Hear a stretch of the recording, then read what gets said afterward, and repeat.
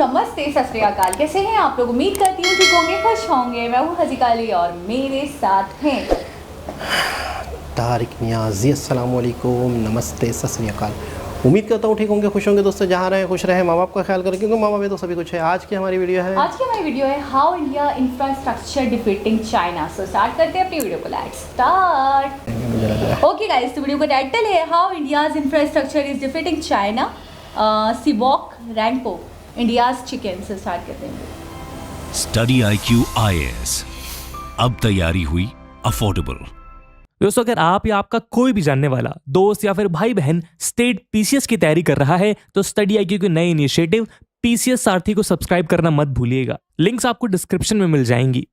दोस्तों, आजकल इंडिया के नॉर्थ ईस्ट रीजन में आपको कई इंफ्रास्ट्रक्चर प्रोजेक्ट्स देखने को मिलेंगे। जगह जगह पे काम करते हुए बुलडोजर, पहाड़ों में कंटिन्यूअस स्टोन ब्लास्ट और दिन रात मेहनत कर रहे वर्कर्स नॉर्थ ईस्ट इंडिया में इंफ्रास्ट्रक्चरल और कनेक्टिविटी डेवलपमेंट को आज शायद अपने पीक पर लेके जा रहे हैं। ऐसा ही एक प्रोजेक्ट 45 किलोमीटर लंबा सिवोक रांगपो रेल प्रोजेक्ट, जो वेस्ट बंगाल के दार्जिलिंग डिस्ट्रिक्ट में सिवोक रेलवे स्टेशन से एक सिंगल ब्रॉडगेज लाइन के थ्रू सिक्किम को जोड़ने का काम करेगा। ये कनेक्टिविटी 14 टनल्स, 17 ब्रिजेस और 5 स्टेशन के थ्रू अचीव की जाएगी। इस रूट का लगभग 86% टनल से ही कवर होगा, जिनमें लॉन्गेस्ट टनल 5.27 किलोमीटर का और स्मॉलेस्ट टनल 538 मीटर की होने वाली है। रेलवे मिनिस्ट्री के मुताबिक करीब 36% टनलिंग वर्क कंप्लीट हो चुका है और टारगेट ये है कि इस प्रोजेक्ट को दिसंबर 2023 तक कंप्लीट किया जा सके। दोस्तों, इसे एक इंजीनियरिंग मार्वल माना जा रहा है, जो अगर कंप्लीट हो गया तो वो सिर्फ इस रीजन की प्रॉस्पेरिटी को ही नहीं बल्कि इंडिया के ओवरऑल स्ट्रैटेजिक और सिक्योरिटी आर्किटेक्चर को भी बूस्ट करेगा।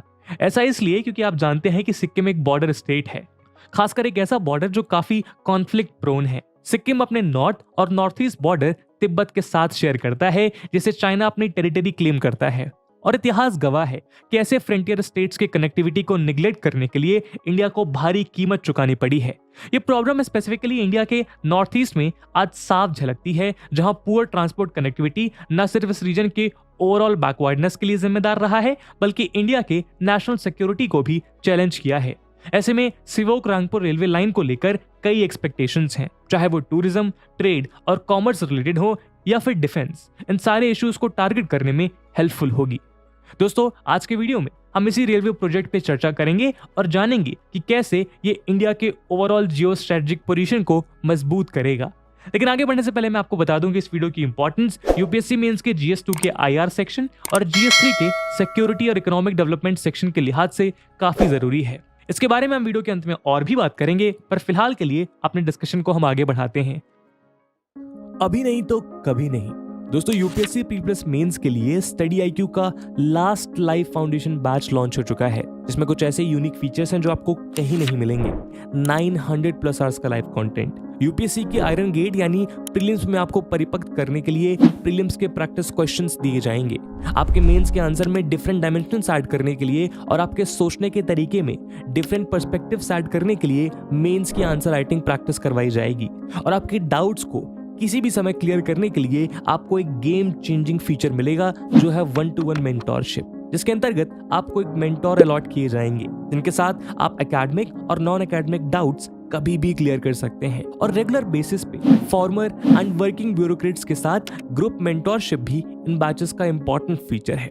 और दोस्तों, ये सब कुछ आपको मिल सकता है मात्र 18,999 के सुपर डिस्काउंटेड प्राइस पे, अगर आप AG live coupon code use करते हैं। इन बैचेस में क्लासेस की शुरुआत 18 अक्टूबर इवनिंग 6 PM से हो रही है। तो अब आप भी अपनी UPSC की तैयारी की तरफ एक फाइनल कदम उठाइए और AG लाइव कूपन कोड को यूज करके देश के सर्वश्रेष्ठ UPSC लाइव बैचेस को ज्वाइन करिए। बाकी सभी अपडेट्स के लिए आप मुझे मेरे सोशल मीडिया हैंडल्स पे फॉलो कर सकते हैं। दोस्तों, वेस्ट बंगाल के सिक्किम का सफर खासकर सिवोक से लेकर कितना चैलेंजिंग है, ये तो उस रूट को यूज कर रहे ट्रैवलर्स को अच्छी तरह से पता है। एग्जिस्टिंग नेशनल हाईवे 10 पे ट्रैफिक का कुछ ज्यादा ही बोझ रहता है और ये रूट मॉनसून के दौरान लैंडस्लाइड्स और रॉक फॉल्स की वजह से अक्सर बंद हो जाता है। इसके अलावा सिवोक रोड पे भी ट्रैफिक जैम लगा रहना आज एक आम बात बन चुकी है। इसीलिए सिवोक रांगपो रेलवे नेटवर्क एक ऑल्टरनेटिव और फास्टर रूट बन सकता है, जिसका 41.55 किलोमीटर वेस्ट बंगाल और 3.41 किलोमीटर सिक्किम में बटा हुआ है। ये रेल नेटवर्क कुल मिलाकर 5 स्टेशन को लिंक करेगा, सिवोक, रियांग, तीस्ता बाजार, मैली और रांगपो। इनमें से तीस्ता बाजार एक अंडरग्राउंड स्टेशन होगा। आपको जानकर हैरानी होगी कि एक बार यदि ये प्रोजेक्ट ऑपरेशनल हो जाए तो मेन इंडियन रेल नेटवर्क से पहली बार सिक्किम को जोड़ा जाएगा और ट्रैवल और टूरिज्म के साथ साथ इस रीजन की इकोनॉमी भी प्रॉस्पर हो पाएगी। रिपोर्ट्स के अनुसार प्लान ये भी है कि इस रूट को गैंगटॉक से कनेक्ट किया जाए। नॉर्थ ईस्ट फ्रंटियर रेलवे और government company IRCON international limited के द्वारा इंप्लीमेंट किया गया यह project in future north east India के दूसरे स्टेट्स तक भी एक्सटेंड हो सकता है। लेकिन इजियर और फास्टर ट्रैवल का ये एडवांटेज शायद इंडिया के डिफेंस के लिए सबसे फायदेमंद रहेगा, क्योंकि ये रूट स्ट्रेटेजिकली भी काफी सिग्निफिकेंट है। आइए समझते हैं अगले सेक्शन में कि कैसे।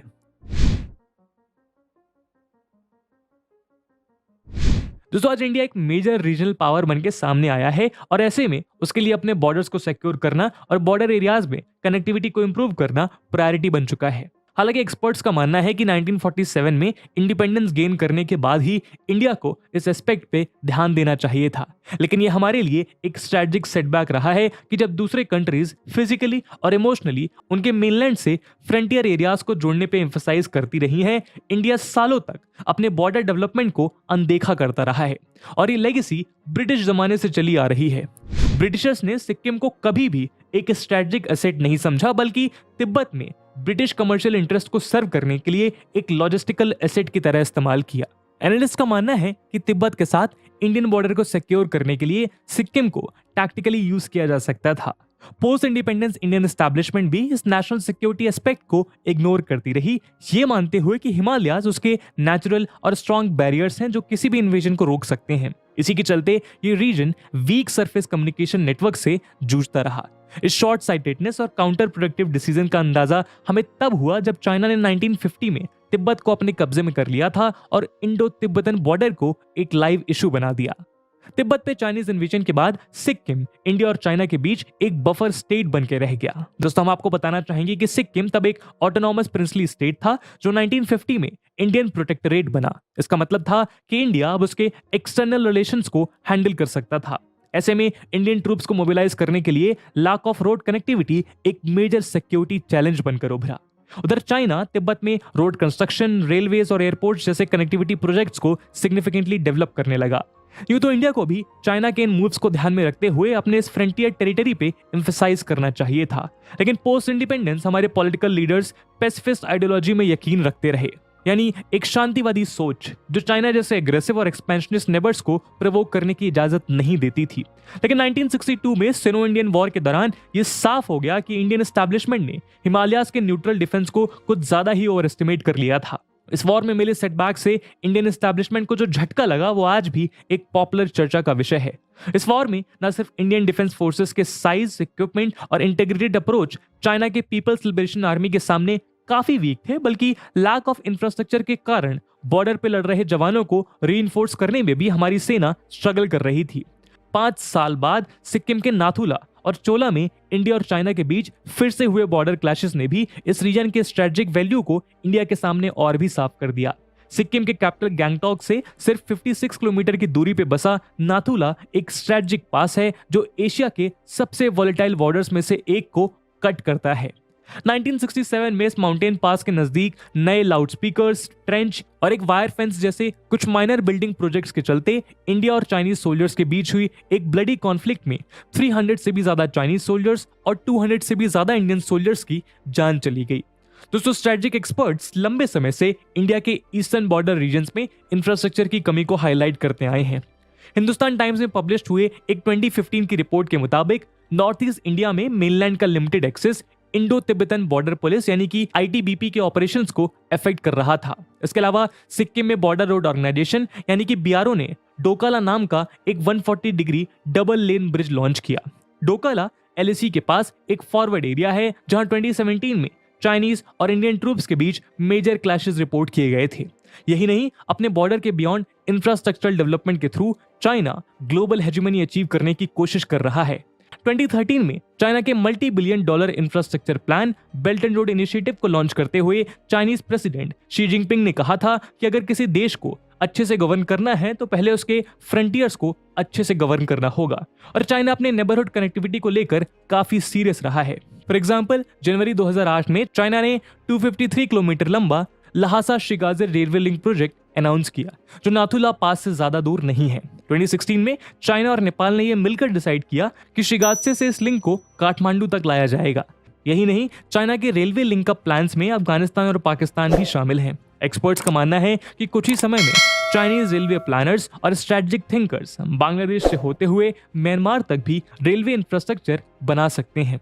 वैसे तो चाइना इन प्रोजेक्ट्स के इकोनॉमिक एस्पेक्ट्स के तौर पे एम्प्लॉयमेंट जनरेशन और बिजनेस को हाईलाइट करता है, लेकिन इन प्रोजेक्ट्स का असली इंपॉर्टेंस है इंडिया के खिलाफ उसके मिलिट्री पावर को प्रोजेक्ट करना। पर देर से ही सही इंडिया को इस बात का एहसास हुआ कि अपने बॉर्डर्स को सिक्योर करना तब तक पूरा नहीं होगा जब तक कनेक्टिविटी को इंप्रूव ना किया जाए। मई 2020 लद्दाख स्टैंड ऑफ के बाद इंडिया अपने करीब 3500 किलोमीटर लंबी LAC यानी लाइन ऑफ एक्चुअल कंट्रोल पे इंफ्रास्ट्रक्चरल डेवलपमेंट को रैंप अप करने में लगा हुआ है। Eastern army commander lieutenant general Rana Pratap का कहना है कि इंडियन आर्मी आज एक बेटर पोजीशन में है, जहां वो ईस्टर्न थिएटर में अपने इंटरेस्ट के एरियाज को मॉनिटर कर सकता है। और ऐसा इसलिए पॉसिबल है क्योंकि इंडिया ने LAC के करीब कई इंफ्रास्ट्रक्चरल एडवांसमेंट के साथ साथ ड्रोन्स, हेलीकॉप्टर्स और इलेक्ट्रॉनिक सर्वेलेंस इक्विपमेंट जैसे कई प्लेटफॉर्म्स इंट्रोड्यूस किए हैं।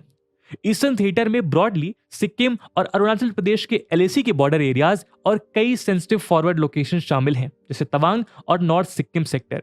ऐसे में सिवोक रांगपो रेलवे प्रोजेक्ट एक गेम चेंजर बन के सामने आ सकता है, जो इंडियन आर्मी को सिनो इंडियन बॉर्डर पे अपने सोल्जर्स और फायर पावर डिप्लॉय करने में मदद करेगा।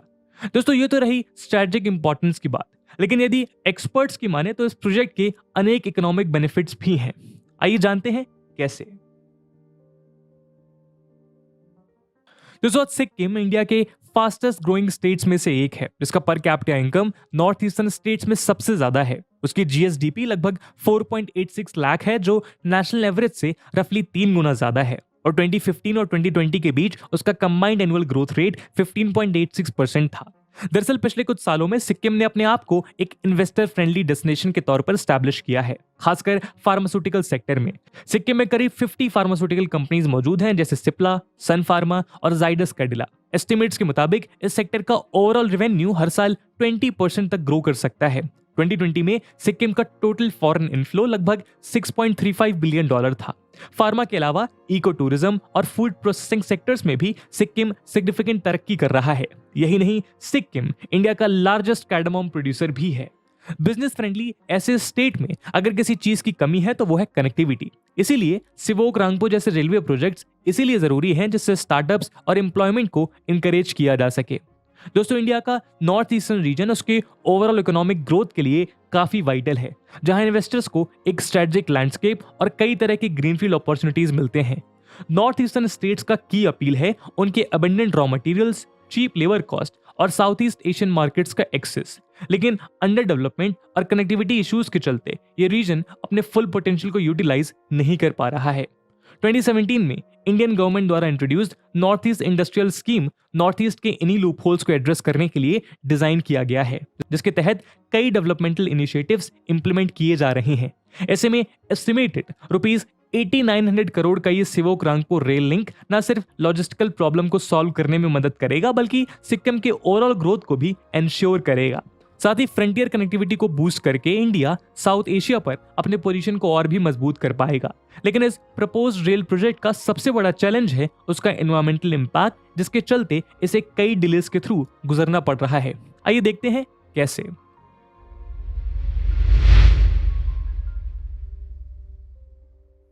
दोस्तों, सिवोक रांगपो रेलवे लिंक अगर बन गया तो इस रूट का सफर काफी यादगार होगा, क्योंकि ये Mahananda wildlife sanctuary, Kurseong forest division, Kalimpong forest division, Darjeeling forest division और ईस्ट सिक्किम फॉरेस्ट डिवीजन होते हुए गुजरेगा। लेकिन फॉरेस्ट डवेलर्स में इस प्रोजेक्ट को लेकर कई आशंकाएं हैं। इनफैक्ट उन्होंने इल्जाम लगाया कि Sivok Rangpo railway link 2006 forest right act यानी कि FRA को वायलेट करता है। फॉरेस्ट राइट एक्ट के तहत फॉरेस्ट एरियाज में किसी भी प्रोजेक्ट के अंडरटेकिंग के पहले ग्राम सभा से परमिशन लेना जरूरी होता है। फॉरेस्ट डवेलर्स का मानना है कि सिवोक रांगपो प्रोजेक्ट में ऐसा नहीं किया गया था, इसी के चलते इस प्रोजेक्ट पे काम रुका था। 2009 में इसकी नींव रखी गई थी और टारगेट था कि 2015 तक ये बन जाए, पर इंटेंस प्रोटेस्ट के चलते ये डिले होता गया। 2015 में जाके national board for wild life यानी NBFW ने इसे ग्रीन सिग्नल दे दिया, पर कुछ कंडीशंस के साथ, जैसे स्पीड रेस्ट्रिक्शंस फॉलो करना और एनिमल ट्रैकिंग सेंसर्स लगाना। 2016 में NBFW के स्ट्रिक्ट गाइडलाइंस के मुताबिक सुप्रीम कोर्ट ने इस प्रोजेक्ट को क्लियरेंस दे दी। वैसे तो 2008-9 में सैंक्शन होने के वक्त इस प्रोजेक्ट की एस्टिमेटेड कीमत थी ₹1339.48 करोड़, लेकिन अल्टीमेटली प्रोटेस्ट और कंट्रोवर्सीज के चलते ये अमाउंट 4085.69 करोड़ तक पहुंच गया। लेकिन सिवोक रांगपुर रेलवे लाइन को लेकर कंसर्न्स यहां खत्म नहीं होते। वेस्ट बंगाल से सिक्किम का ये रास्ता सिर्फ डिफिकल्ट ही नहीं बट हाईली डेंजरस भी है। पिछले साल जून में एक अंडर कंस्ट्रक्शन टनल के कोलैप्स हो जाने से इस प्रोजेक्ट पे काम करने वाले 2 वर्कर्स की मौत हो गई। कालिम्पोंग से 25 किलोमीटर की दूरी पर हुए इस एक्सीडेंट में और भी 5 लोग बुरी तरह से घायल हो गए थे। ये तो आप समझ ही गए होंगे कि कॉम्प्लेक्स जियोलॉजिकल फैक्टर्स की वजह से हिमालयाज में टनल कंस्ट्रक्ट करना कोई आसान काम नहीं है। इस एरिया में लैंडस्लाइड्स, अर्थक्वेक और दूसरे नेचुरल कैलेमिटीज की पॉसिबिलिटी काफी हाई है और ऐसे प्रोजेक्ट इन पॉसिबिलिटीज को और भी बढ़ा देते हैं। इसीलिए कुछ ऐसे स्टेप्स लिए जा रहे हैं जिससे इस रेल लिंक के डेंजर्स को मिनिमाइज किया जा सके। इस साल फरवरी में इरकॉन ने टनल नंबर 14 को डेवलप करके एक इंपॉर्टेंट ब्रेक थ्रू हासिल किया। यह पहला ऐसा टनल है जिसे कंप्लीट किया जा चुका है। टनल 14 का लेंथ 1977 मीटर है और ये ईस्ट सिक्किम के कुमरेक और खानीखोला के बीच सिचुएटेड है। ये टनल कुछ वल्नरेबल और चैलेंजिंग टेरेन से गुजरता है। इन्हीं चैलेंजेस को काउंटर करने के लिए न्यू ऑस्ट्रियन टनलिंग मेथड और NATM को अडॉप्ट किया जा रहा है। NATM के पास न सिर्फ सोफिस्टिकेटेड टनलिंग मेथडोलॉजी है बल्कि इंडिया और बाहर के टॉप क्लास और वेल एक्सपीरियंस्ड इंजीनियर्स भी हैं। इस पूरे सेक्शन को लेटेस्ट टेक्नोलॉजी के द्वारा कंस्ट्रक्ट किया जा रहा है ताकि ट्रेन 100 किलोमीटर पर आवर की रफ्तार से चल सके। ऐसा हुआ तो सिर्फ 2 घंटे में सिक्किम पहुंचना कोई डिस्टेंट पॉसिबिलिटी नहीं रहेगी और सिक्किम जैसे फास्ट ग्रोइंग स्टेट के लिए ये एक मेजर इकोनॉमिक बूस्ट होगा। तो दोस्तों, ये थी कहानी सिक्किम के पहली रेलवे लाइन की, जो है सिवोक रांगपुर रेलवे लाइन। इस प्रोजेक्ट को लेकर आपका क्या ओपिनियन है कमेंट सेक्शन में जरूर बताइएगा। और जैसा कि वीडियो के पहले भाग में आपसे बताया गया था कि इस वीडियो की इंपॉर्टेंस यूपीएससी प्रीलिम्स और मेंस के लिहाज से काफी ज्यादा है, तो उसी इंपॉर्टेंस को देखते हुए एक सवाल हम आपके लिए छोड़कर जा रहे हैं जिसको आपको कमेंट सेक्शन में आंसर करना है। And the question is, discuss the strategic implications of India's connectivity projects in the north east. And with this question my friends, that's it for the video. I hope आपको video पसंद आई होगी और अगर पसंद आई है तो अपने दोस्तों के साथ शेयर करना मत भूलिएगा। हम मिलते हैं अगली वीडियो में, तब तक के लिए जय हिंद, जय भारत। स्टडी IQ IAS, अब तैयारी हुई अफोर्डेबल। जी जनाब, बहुत ही ज़बरदस्त। क्या कहना चाहेंगे आप? बहुत बढ़िया और बहुत सारे हक़ाइक़ सामने आए। अच्छा, एक ऐसा प्रोजेक्ट है जिसके बारे में मैंने पहले कभी नहीं सुना था, तो ये अपने आप में बहुत कमाल है। सिवोक रांगपुर रेल लिंक या रेल प्रोजेक्ट, इसके अंदर मैंने देखा है बहुत सारे चैलेंजेस हैं अभी भी। एक तो कंट्रोवर्सी भी रही है जिसकी वजह से ये डिले होता रहा। ऊपर से मुझे दिखता है कि बहुत सारे चैलेंजेस हैं क्योंकि फॉरेस्ट आपने देखा है एरिया कैसा है, बाकायदा मैप के थ्रू हमें हाईलाइट करके दिखाया गया कि ये सिक्किम से जो ये प्रोजेक्ट होगा तो इसमें कितने मुश्किलात, कितनी परेशानियां हैं। एक तो जगह जो है जहाँ पे ये लिंक बन रहा है, जोग्राफियाई तौर पे वो भी एक तो इम्पोर्टेंस की तो हामिल है, इसमें कोई डाउट नहीं। लेकिन वहाँ काम करना मुझे बहुत ज़्यादा मुश्किल लग रहा है, कठिन लग रहा है। अच्छा, सबसे पहले तो आप ये देखें कि चाइना को इस चीज़ की बहुत ज़्यादा अवेयरनेस है कि इन इलाकों में, इन जगहों पे रेलवे नेटवर्क होना चाहिए क्योंकि चाइना बहुत दूर की सोच रहा है। तो इस वीडियो में भी हमें ये बताया गया है कि हमारे यहाँ से थोड़ी सी सुस्ती की गई और ये सोचा गया कि पहाड़ी इलाके हैं तो पहाड़ी इलाके हैं तो पहाड़ जो है ये खुद ही एक तरह से बॉर्डर है, तो हमें कोई तंग नहीं करे, ठीक है ना।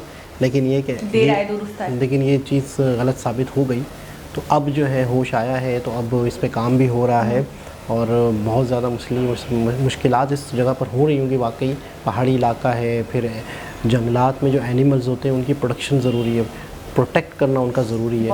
होता क्या है कि जब आपका एक रास्ता बन गया तो एनिमल्स का जो आना जाना आता है, एनिमल्स के ना वो होते हैं टाइम के हिसाब से जगह चेंज करते हैं ये लोग, मौसम के हिसाब से, टाइम के हिसाब से, कभी यहाँ आते हैं फिर वहाँ चले जाते हैं फिर यहाँ आते हैं। तो अगर उनका रास्ता बंद हो गया तो उनकी जो वो ग्रोथ होती है या उनकी जो इस तरह से सिस्टम चल रहा होता है उसमें रुकावट आ जाती है। तो इसे कहते हैं जानवरों की मौत, जानवरों के ज़िंदगी के साथ इन्वॉल्व हो गया हम उनकी ज़िंदगी में, उनके उनके घर में, तो जिसकी वजह उसको सिक्योर किया गया है या उसके साथ कुछ ना कुछ साइन जब हुए हैं या इजाज़तनामा मिला है, तो उसको मतलब सिक्योर करने के बाद अब इजाज़त मिली है। अच्छा, वहाँ पे मैंने देखा है 2-3 प्रोजेक्ट ऐसे मेरे आंखों से गुजर गए। आई थिंक बुलेट के हवाले से भी हमने ये बात पता करी थी कि पॉलिटिकल पॉइंट ऑफ व्यू से बहुत सुर्खियों में रहा और उसके बाद वो बिल्कुल ही ठप हो गया, रह गया, हुकूमत की तरफ से भी मुलतवी हो गया। अभी मैंने ये वाला भी प्रोजेक्ट सुना है कि ये भी कंट्रोवर्शियल हो गया थोड़ा सा, फिर सुप्रीम कोर्ट तक कहानी गई है, फिर वहाँ से जी ऑर्डर लिया है, तो फिर क्लियरेंस तो मिल गया लेकिन कुछ शर्तों पे, कुछ शराइत वही जो भी बताया, एक एनिमल के सेंसस वगैरह क्या और दूसरा प्रोटेक्शन का और स्पीड ज़्यादा ना हो।